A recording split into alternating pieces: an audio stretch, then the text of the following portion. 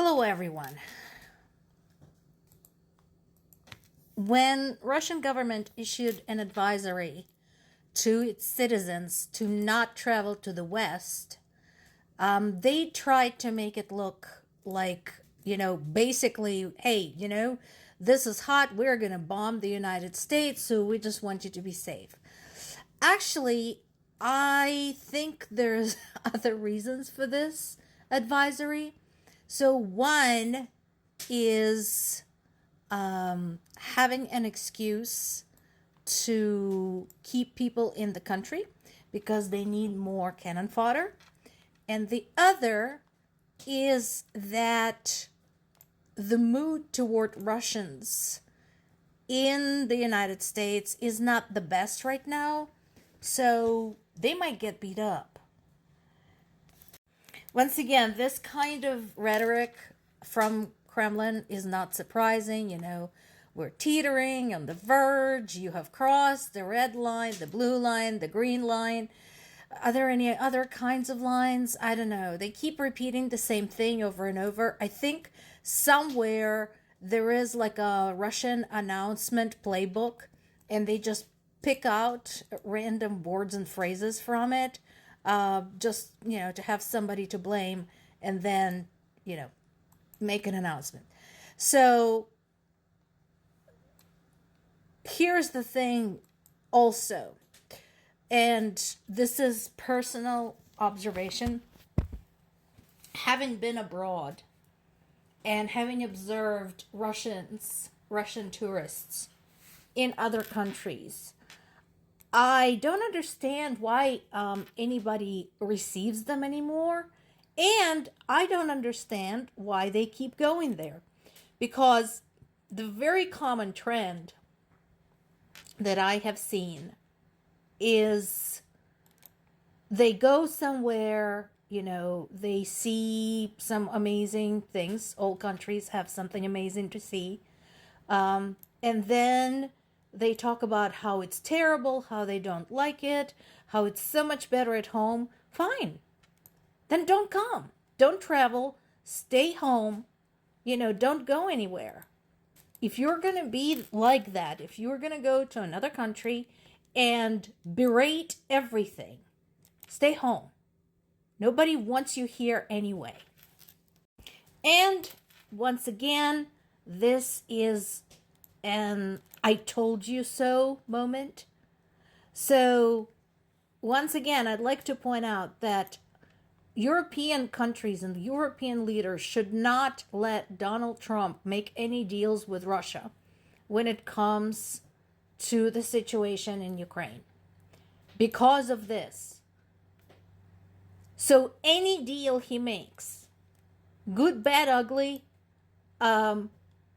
anything, whatever the consequences, EU will have to deal with the fallout. And Trump had made this clear. And I already said that, European countries should prepare themselves for this because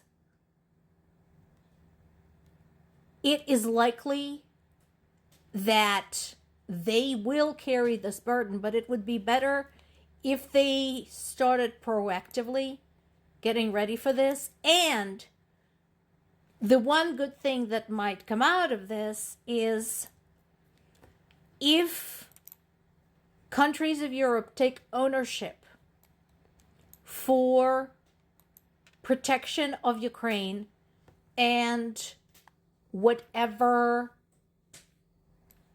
options there are for ending the war and restoring the country, they can then determine the terms. You do not want Donald Trump dictating the conditions of the peace in Ukraine. You do not want Vladimir Putin dictating the conditions of peace in Ukraine. And the only way to ensure that is take control. Nobody likes doing that, especially when we're talking about one of the biggest armed conflicts in modern history. But that is what's going to have to happen. The incoming NATO chief is saying basically the same thing. Folks, this is not a game. Again, I am more than a little bit disappointed that it took this long for somebody to say this. And for this to truly sink in. So if you read the full article in Associated Press about Mark Rutte's full statement, you will notice he said something that really strikes home for me personally. Something that those of us covering the events in Ukraine have been saying over and over. How many wake-up calls do we need? You know, and that is an excellent way to put it. How many wake-up calls do you need, guys? The war is already happening, right? The war is already going on. You already had bits and pieces of military projectiles landing on your territory. You already had cyber attacks, damaged cables. How much longer? You know, if you don't care about Ukraine, fine. But what about you?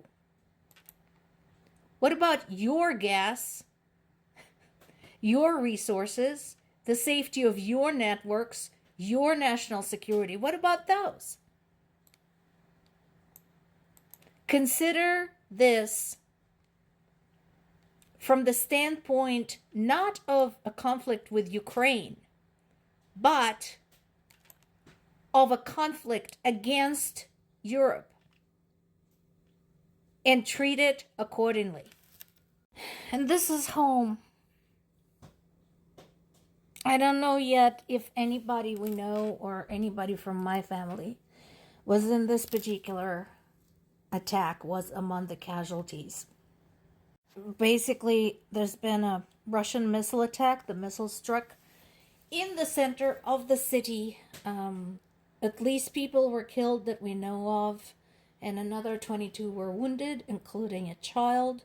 The reason we don't know full number of casualties is because there was significant destruction, and there's still some people who might be trapped under the rubble. Basically, the strike affected a private clinic and residential buildings in the city center. No doubt Russians will say there were NATO spies hiding there, or Nazis or whatever. And the reason that happened, and I highlighted this, is because, once again, this is not new. Ukraine has been asking over and over to please provide more air defense systems, specifically Patriots. Those are really good, very effective in defending against exactly such attacks. As Zelensky said, probably not entirely accurately, but I'll forgive him, since this is a terrible day for Ukraine. This is the terrible day for people of Zaporizhzhya. So he said, right now they're sitting and gathering dust over there, and you could just give them to us. I agree. It would be much more useful. And again, going back to what we just talked about, in terms of the impact on Europe, this could be also used to protect Western Ukraine, and be on the lookout,